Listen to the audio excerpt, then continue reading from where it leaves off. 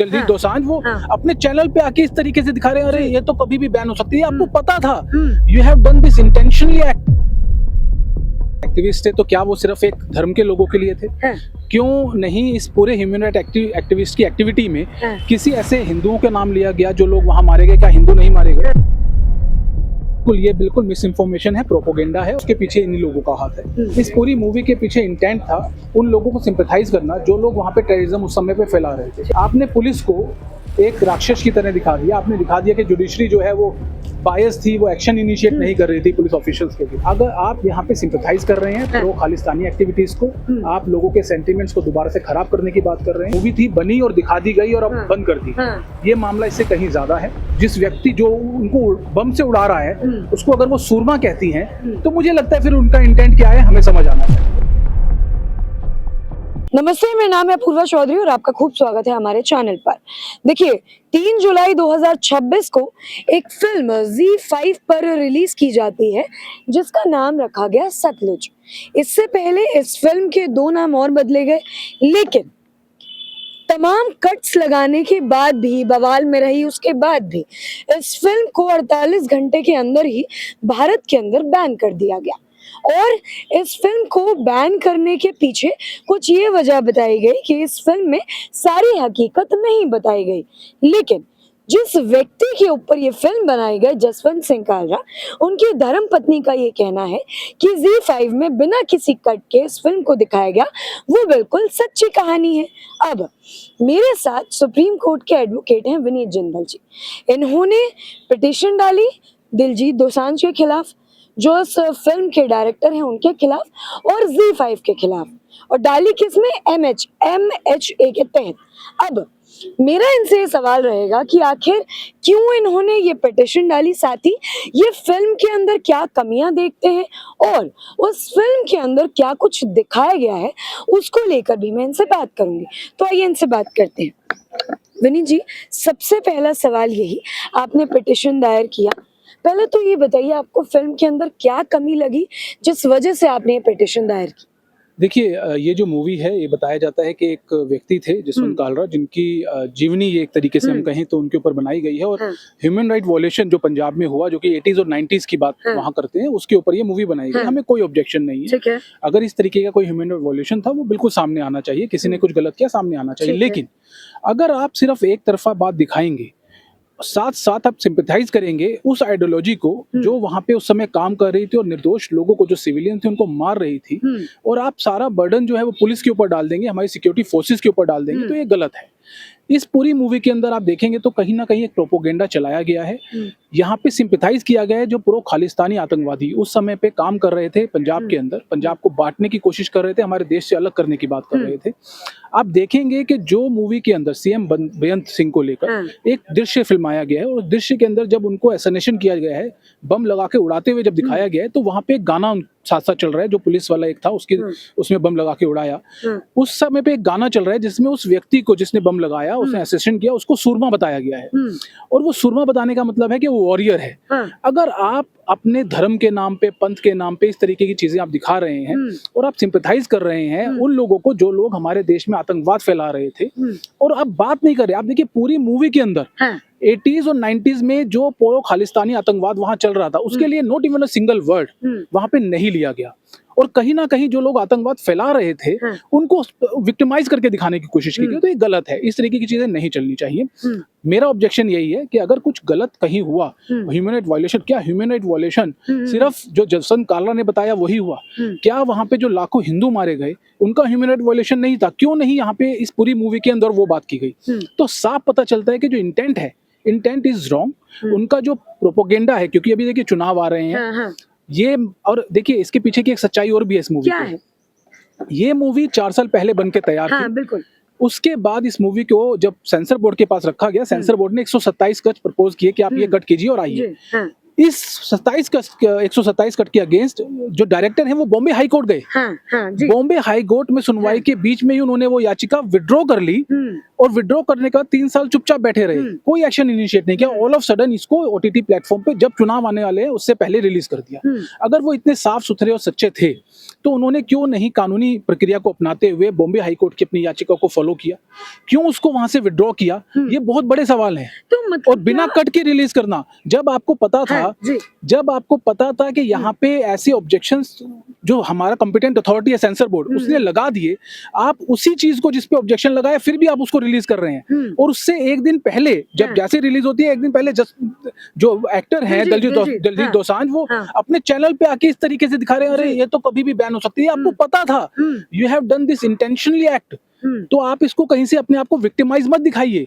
आपने ये कानून से इत्र जाके, कानून से अलग जाके हाँ। कहीं ना कहीं ये प्रोपोगेंडा चलाने की कोशिश किया, वो गलत है और इस तरीके की चीजों को देश में नहीं चलने देना चाहिए। लेकिन देखिए आप प्रोपोगेंडा इसको कह रहे हैं और अभी मैं आपका एक डिबेट भी देख रही थी न्यूज़ चैनल में, तो वहाँ जब आपने आतंकवादी को आतंकवादी कहा तो बहुत सारे आम आदमी पार्टी के निर्दलीय ये जो है ऑफेंड हो गए थे। तो आप क्यों उन्हें आतंकवादी मानते हैं? और एक बड़ा एक्टर जो पंजाब से ही आता है और जो बड़े निर्देशक हैं या जो ZEE5 एक बहुत बड़ा प्लेटफॉर्म है, ये लोग क्या कहीं ना कहीं उन्हें आतंकवादी नहीं मानते? हम दोनों की विचारधारा में फर्क है, क्या कारण आपको लगता है कि इतना बड़ा फर्क है? देखिए ये आइडियोलॉजी की बात है। ठीक है। एक व्यक्ति जो हाथ में बंदूक उठा के साफ कहता है कि अगर मेरी एक बस को नहीं छोड़ा गया तो मैं 5000 हिंदुओं को मार दूंगा, ऐसी बात करने वाले व्यक्ति को अगर आप आतंकवादी नहीं कहेंगे तो क्या कहेंगे? आज तक किसी ने बोला कि सज्जन कुमार को अगर सजा हुई तो गलत हुई? किसी ने बोला? नहीं बोला। लेकिन एक व्यक्ति जो इस तरीके की बातें करता है हिंदुओं के लिए, जो पंजाब के अंदर सिखों को मारता है, हिंदुओं को मारता है, उन लोगों को, उस व्यक्ति को आप संत कहेंगे? इस व्यक्ति के लिए दिल्ली हाई कोर्ट में यूएपीए की प्रोसीडिंग के तहत जब चली प्रोसीडिंग तो इस व्यक्ति को साफ साफ गवर्नमेंट ऑफ इंडिया की तरफ से कहा गया कि ये व्यक्ति आतंकवादी था, भिंडरा वाला आतंकवादी था। और आप अगर इस चीज को नहीं मान सकते तो मैं मानता हूं उन लोगों के लिए जो अपने आप को सिख धर्म का ठेकेदार बताते हैं, चाहे वो किसी भी ऑर्गेनाइजेशन से हो, वो कहीं ना कहीं बहुत गलत कर रहे हैं अपनी जनरेशन के लिए, देश के लिए और पंजाब के लिए। ये सब गलत चीजें हैं और इनको किसी भी तरीके से एक्सेप्टेंस करने की कोई आवश्यकता नहीं है। हम लोग बिल्कुल जो आप व्यक्ति गलत करता है उसके खिलाफ खड़ा होने चाहिए। और मैं आज भी कहता हूँ, आपके चैनल पे कह रहा हूँ, भिंडरे वाला आतंकवादी था, आतंकवादी रहेगा, कि उसका आइडियोलॉजी, उसका इंटेंट लोगों को मारना था, पंजाब को अलग करना था, और इस आइडियोलॉजी को यहाँ सहन नहीं करने दिया। अच्छा, बारिश बहुत तेज हो रही है, लेकिन एक जरूरी सवाल विनीत जी, देखिए आतंकवादी मानसिकता का जिक्र हो रहा है, भिंडरा वाला का आपने जिक्र किया, लेकिन ये जो जसवंत है इनको दिखाया गया कि ये ह्यूमन राइट्स के समर्थन में थे, इन्होंने वो जो 25,000 लोग मरे उनको ढूंढने का काम किया। बहुत सारे सिख इनको आतंकवादी मानते थे, खालिस्तानी मानते थे, वहीं कुछ इनका सपोर्ट भी करते थे। तो आप उन लोगों के लिए क्या कहेंगे जो इनका सपोर्ट करते थे और फिल्म में इनको एक ह्यूमन एक्टिविस्ट दिखाया गया, लोगों का मसीहा दिखाया गया जो मर गए, उनके लिए काम करे, उन लोगों के लिए क्या कहेंगे? देखिए, अगर ह्यूमन राइट एक्टिविस्ट थे तो क्या वो सिर्फ एक धर्म के लोगों के लिए थे? क्यों नहीं इस पूरे ह्यूमन राइट एक्टिविस्ट की एक्टिविटी में किसी ऐसे हिंदुओं के नाम लिया गया जो लोग वहां मारे गए? क्या हिंदू नहीं मारे गए? लेकिन कहीं ना कहीं ऐसी फैमिलीज को निकाला गया। और देखिए, आप देखेंगे तो ये सिर्फ एक बात नहीं है, ये बात अलग है। पुलिस की रिपोर्ट्स, यहाँ पे सिर्फ एक पक्ष दिखाया, पुलिस की रिपोर्ट में साफ कहा गया कि जो लोग मरे उनकी फैमिलीज ने उनको आइडेंटिफाई करने से मना कर दिया। तो ये ह्यूमन राइट वॉयलेशन नहीं हुआ, ये तो फैमिलीज ने मना कर दिया। तो आप कैसे उस चीज को प्रूव करेंगे? 25,000 लोग नहीं मारे गए, डाटा नहीं है 25,000 लोगों का। हाई कोर्ट के, सुप्रीम कोर्ट के अंदर भी 2,500 लोगों का डाटा दिया गया, और ऐसे लोगों की भी ऐसी बातें पुलिस की तरफ से आई कि उन लोगों की पहचान करने से उनकी फैमिलीज ने मना कर दिया। जी, क्या ये फिल्म केवल मिस इन्फॉर्मेशन के आधार पर बनी? क्योंकि 25,000 एक बहुत बड़ा आंकड़ा शुरू से लेकर अंत तक इस फिल्म में दिखाया गया। बिल्कुल, ये बिल्कुल मिस इन्फॉर्मेशन है, प्रोपोगेंडा है, और बिल्कुल साफ साफ प्रोपोगेंडा है। खालिस्तानी प्रोपोगेंडा को चलाने के लिए, पंजाब को डिस्टेबलिश करने के लिए ये चीज दोबारा से चलाई जा रही है, इसको गलत है, इसको रोकने के लिए। मौसम चूंकि थोड़ा सा खराब है, इस वजह से हमें अपनी जगह बदलनी पड़ी, परंतु मैं अपने मुद्दे पर वापस आती हूँ। विनीत जी, मैं एक बहुत अहम सवाल पूछ रही थी। एक ऐसा नाम पंजाब के अंदर जिसे कोई हीरो बताता है, कोई विलन बताता है, KPS गिल। इनके बारे में क्या कहेंगे? क्या वाक़ई में ये एक हीरो के तौर पर साबित हुए? क्या वाक़ई में इन्होंने वहाँ पर जो बगावत चल रही थी, क्या उसे वाक़ई में रोका था? क्या कहेंगे? बिल्कुल देखिए केपीएस गिल हों, रॉबर्टो हों जी। या बेन सिंह हों, ये 3 नाम ऐसे हैं जो पंजाब में अगर हम ये कहें कि आज हम पंजाब को पंजाब कह सकते हैं, तो उसके पीछे इन्हीं लोगों का हाथ है। ये लोग वहाँ पे जो अलगाववाद चल रहा था, जो आतंकवाद चल रहा था, इन लोगों ने अपनी पूरी ताकत से, अपनी जान की चिंता ना करते हुए उस आतंकवाद को ख़त्म किया है। लोग जो कहते हैं केपीएस गिल को बूचर, जी। जो कहते हैं कसाई, मुझे लगता है कहीं ना कहीं वो लोग फिर से मैं कहूँगा कि वो सिंपैथाइज करते हैं उस एक्टिविटीज़ को, जो टेररिस्ट एक्टिविटी उस टाइम चल रही थी, प्रो पाकिस्तानी एक्टिविटीज़ जो चल रही थी। अब मैं मानता हूँ कि केपीएस गिल हमारे देश के, पंजाब के नहीं सिर्फ हमारे देश के हीरो हैं। किस तरीके से हमारे जो पीएम हैं गुजरात के समय पे किस तरीके से उन्होंने उनको एडवाइजर एज एन एडवाइजर बुलाया, किस तरीके से असम के अंदर उन्होंने काम किया, जहां जहां आतंकवाद खत्म करने की बात आई केपीएस गिल ने आगे आके उस लड़ाई से लड़ने का फैसला किया और हमारे देश को बचाने में मदद की। ऐसे व्यक्ति को अगर कोई व्यक्ति बूचर कहता है, कोई कहता है कि नहीं वो हीरो नहीं है, वो ऐसे हैं, मुझे लगता है गलत है। और मैं मांग करूंगा अपनी सरकार से कि उनको हमारे देश की तरफ से पद्म विभूषण देना चाहिए, हमारे देश वीरता चक्र देना चाहिए। और ये मुझे लगता है कि डिले है। मैं जल्दी ऐसा लेटर भी लिखने वाला हूँ कि सर्वोच्च सम्मान जो है हमारे देश का वो उनको मिलना चाहिए। उस व्यक्ति ने हमारे देश के लिए पंजाब को बचाया, असम को बचाया, गुजरात में जो दंगे थे उनको संभाला। तो ऐसे व्यक्ति के लिए कोई व्यक्ति अगर गलत बात बोलता है तो बिल्कुल गलत है, सहन योग्य नहीं है। ऐसे लोगों को मैं मानता हूँ उनके ऊपर कार्रवाई होनी चाहिए, चाहे वो पंजाब में हो चाहे वो पंजाब के बाहर। ठीक है, आप लगातार सिंपैथाइज करने की बात कर रहे हैं। इस मूवी में लगातार दिखाया गया कि पंजाब की जो पुलिस है वो किस तरीके से अत्याचार कर रही है, या जो हमारी जुडिशरी है वो किस तरीके से फैसले ले रही है। इस चीज को लेके क्या कहेंगे? क्या वाकई में यहाँ पर पुलिस को ज्यादा उग्र दिखाया है, और क्या टेररिज्म को सिंपैथाइज किया गया है? क्या कहेंगे? देखिए जब मूवी बनाई जाती है तो उसके पीछे एक इंटेंट रखा जाता है। मुझे लगता है कि इस पूरी मूवी के अंदर ह्यूमन राइट वॉयलेशन इंटेंट नहीं था।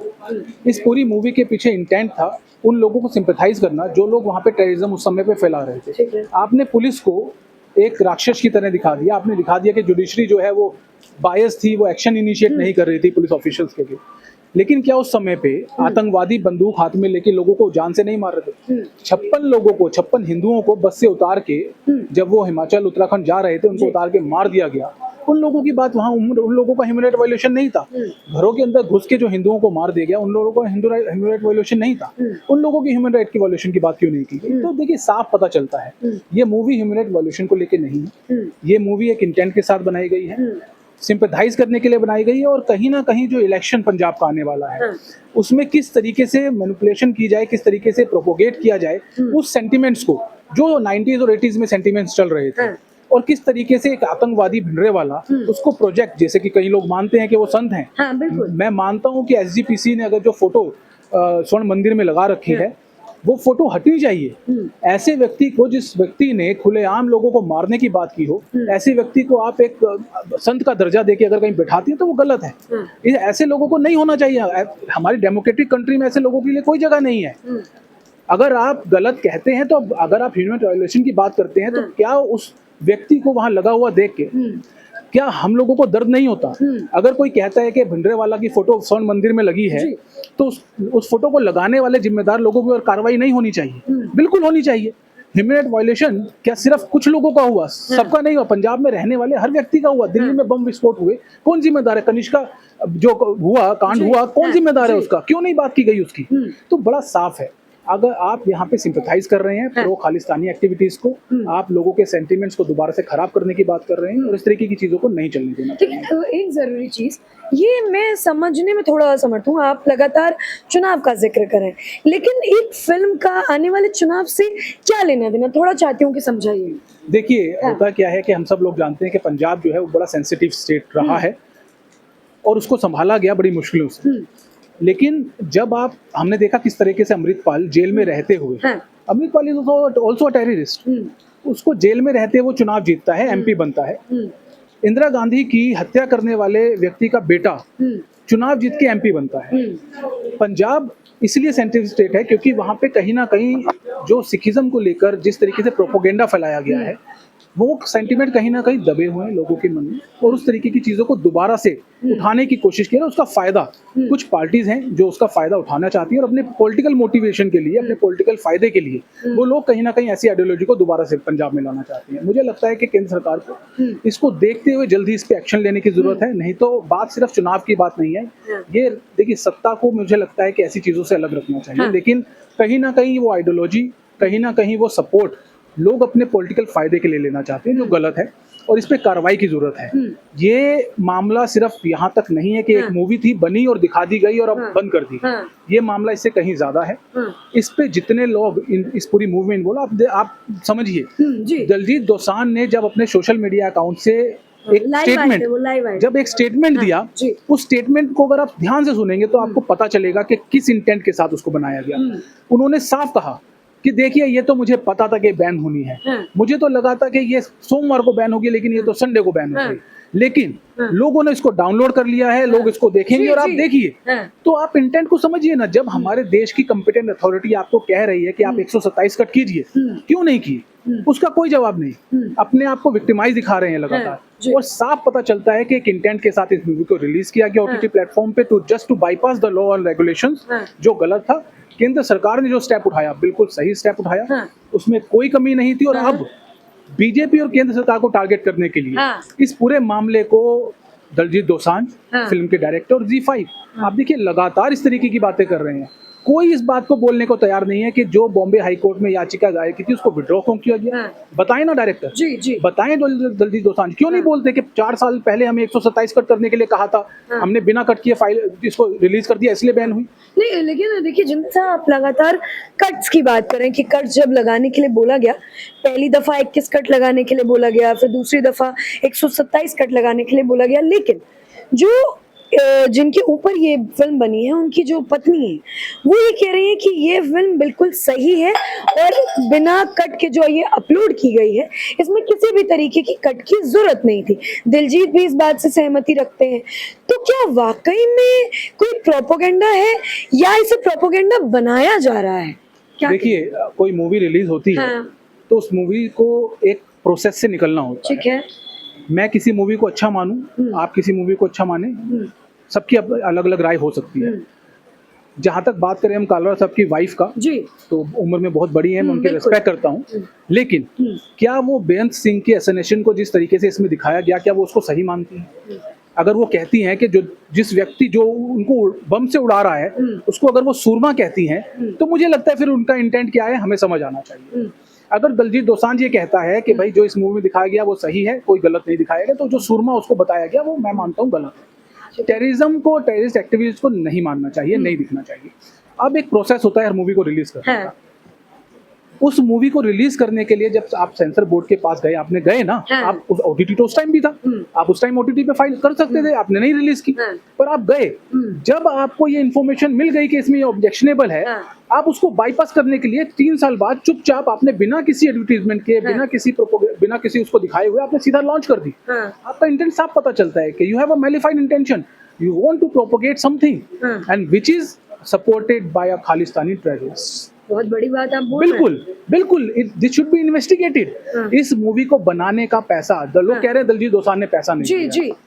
क्या सिर्फ दलजीत दोसांझ का पैसा नहीं लेने से मूवी बन गई? पैसा खर्च हुआ होगा ना। मैं कहता हूँ इस मूवी का जो पैसा जिसमें बनाया गया उसको भी इन्वेस्टिगेट करना चाहिए, दलजीत दोसांझ को भी इन्वेस्टिगेट करना चाहिए, डायरेक्टर को भी इन्वेस्टिगेट करना चाहिए कि भाई आपने ये मूवी जो रिलीज की, उस मूवी को रिलीज करने से पहले आपके माइंड में क्या थॉट थे? क्यों आपने सोशल मीडिया पे आकर ये बोला रिलीज होते ही कि देखिए ये कभी भी बैन हो सकती है, यानी कि आपको पता था। आप किसी चीज को गलत कर रहे हैं तभी आपको पता था ना, तो आप फिर अब विक्टिमाइज क्यों खेल रहे हैं? विक्टिम क्यों बन रहे हैं अपने आप को? क्यों कह रहे हैं कि ये तो सिखों की आवाज है, ये तो पंजाब की बात है? आप देखिए ना किस तरीके से। मैं जब आपने ट्वीट किया तो मैं उसके नीचे भी काफी तमाम कमेंट्स पढ़ रही थी, जिसमें काफी लोग आपको टैग करके ये बोल रहे थे कि जब कश्मीर फाइल्स आई या केरला स्टोरी आई तब आपने कोई ऑब्जेक्शन नहीं उठाया, और सडनली जब एक एक्टर किसी एक व्यक्ति की बायोपिक कर रहा है तो आप लोगों को तकलीफ हो रही है, ये मिली भगत है। क्या कहेंगे? क्या वाकई में इसके पीछे कुछ मिली भगत है, या अगर ये फिल्म बैन नहीं होती तो क्या असर होता? बहुत जरूरी सवाल। देखिए, कश्मीर फाइल्स और केरला फाइल्स से मूवी बिल्कुल अलग है। ठीक है। उन दोनों मूवीज में कोई propaganda towards propagating the terrorist activities नहीं दिखाया गया। ठीक है। यहाँ बिल्कुल दिखाया गया है। अगर कोई व्यक्ति एक भी ऐसा सीन उस मूवी में दिखा दे, दोनों मूवीज में, कि वहाँ पे टेररिज्म एक्टिविटीज को प्रोपोगेट किया गया हो, सिंपैथाइज किया गया हो, तो बिल्कुल मैं कहूंगा उन पे एक्शन होना चाहिए। ठीक है। वहाँ पे नहीं दिखाया गया है। इस मूवी के अंदर दिखाया गया है। भाई मुझे समझ नहीं आता कि लोग इतना एब्सेंट माइंड कैसे हो सकते हैं। आप ब्लाइंडली सिर्फ इस बात को, ये तो फ्रीडम ऑफ स्पीच और एक्सप्रेशन की बात करने लगते हैं। अरे भैया, freedom of speech and expression आपको फ्री हैंड नहीं देता। आप टेररिज्म एक्टिविटीज को कहीं भी अगर स्पॉन्सर करने की बात करेंगे, कहीं भी आप प्रोपोगेट करेंगे, सिंपैथाइज करेंगे, गलत है। आप बताइए ना, कश्मीर फाइल या केरला फाइल में कहाँ प्रोपोगेट किया गया टेररिज्म एक्टिविटीज को? वहां तो कहा गया कि गलत है, इस तरीके की चीजें नहीं होनी चाहिए। आप कहते हैं इसमें, आपने एक स्टेटमेंट मुझे दिखाई पूरी मूवी में है क्या? साफ पता चलता है कि पंजाब की जो लोग हैं वो टारगेट पे हैं, पंजाब की सेंटिमेंट टारगेट पे हैं, पंजाब की पॉलिटिक्स टारगेट पे है, और इसके पीछे कोई ना कोई पॉलिटिकल जो पार्टी है वो भी इसके पीछे हो सकती है इस मूवी को रिलीज करने के। मैं मानता हूँ कि एमएचए को जल्द से जल्द इस पे कार्रवाई करनी चाहिए, इन्वेस्टिगेशन इनिशिएट करनी चाहिए, क्योंकि पॉलिटिकल मोटिवेशन के लिए या पॉलिटिकल प्रोपोगेशन के लिए अपने कोई व्यक्ति अगर इस तरीके की चीजों को चाहता है, यूज करता है, तो वो गलत है। इस तरीके की चीजों को जो है रोकना चाहिए। ठीक है, बहुत शुक्रिया। तो देखिए, मेरे साथ विनीत जिंदल जी थे और सुप्रीम कोर्ट के एडवोकेट हैं ये, और इस मूवी को लेकर पहले लगा नहीं था कि इतनी ज्यादा कंट्रोवर्सी हो जाएगी, परंतु 2022 में इसका आते आते रुक जाना और 2 बार इसका नाम बदलकर अभी तीसरी बार नाम रखना, और ये लगातार अब जो है कंट्रोवर्सी में लगातार नाम इसका आया जा रहा है, और कुछ ना कुछ हर दिन इसको लेकर अपडेट जो है वो आती रहती है। बहरहाल, आप इसको किस नजरिए से देखिएगा? क्या वाकई में इसमें हकीकत दिखाई गई है, या फिर इसमें कुछ तोड़ मड़ोड़ के मिस इन्फॉर्मेशन के साथ इस मूवी को बनाकर परोसा गया है? जो भी आपको लगता है, आप कमेंट सेक्शन में अपनी राय जरूर रखिएगा। बहुत शुक्रिया।